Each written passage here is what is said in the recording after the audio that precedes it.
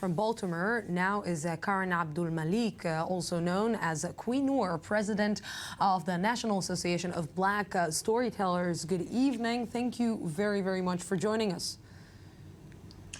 Thank you, and good afternoon. Yeah, for us it's evening, and I believe that for you it's a good afternoon. So Queen Nur, really, we're trying to understand this from the Israeli perspective, and sometimes we're thinking about it because we are here experiencing a lot of, let's say, differences between Arabs and Jews, between Jews among themselves, between even Arabs among themselves.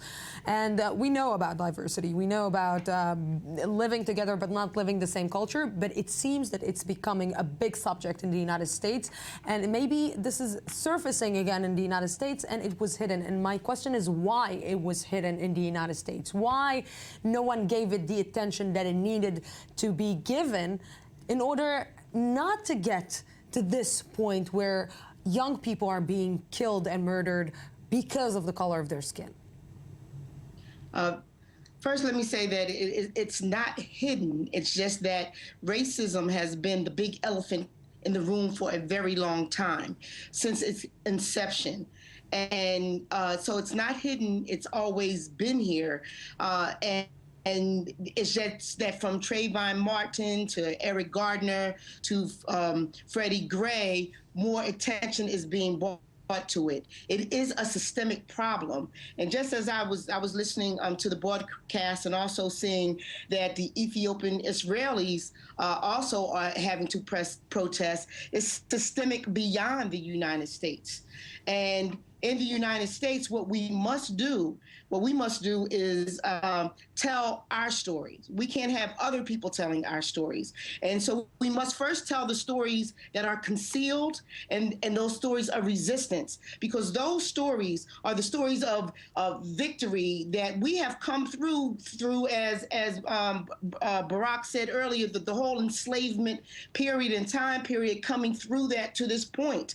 It is still stories that are concealed, and we must tell those stories and tell those stories to our youth so that they understand that we have victory. We do have victory. Queen Nur, you know, from my point of view, you know, from someone who's living in Israel and reading and seeing what is happening in the United States, you know, you're saying telling your story, spreading it out. I don't hear as Barack Obama, as the president of the United States, the first black president of the United States, actually telling his story, putting his story out there and saying this is one of the most important things that we need to discuss about, and not threats outside, and not maybe the economy, because if we will tell these stories like you're saying, even we can bring this change in economy, this change in education. And for me, it was a little bit disappointing seeing it from outside, because we are dealing here with the same issues. Right, it is not disappointing for me. And I heard you earlier say that, did Barack Obama forget? No, he has not forgotten. But you also cannot put every black person inside of the same story. And so we're not disappointed. And then what you said about the economy, it's all, the story of racism, economy is an affect of racism. And so when we tell our stories, we also must look to tell stories that are transformative. And we must come together in collective visions, not only with African Americans, but also with the other people in the United States, to tell stories that have collective visions of what do we want the United States to look like? How does equality look? And collectively, we can tell those stories and we can move there through story. And that's what we believe at the National Association of Black Storytellers. Yeah, Queen Nur, it was a great pleasure talking to you. Thank you very much for giving us your perspective and showing something else about what we don't know here in Israel. Thank you very much for this. Thank you for having me.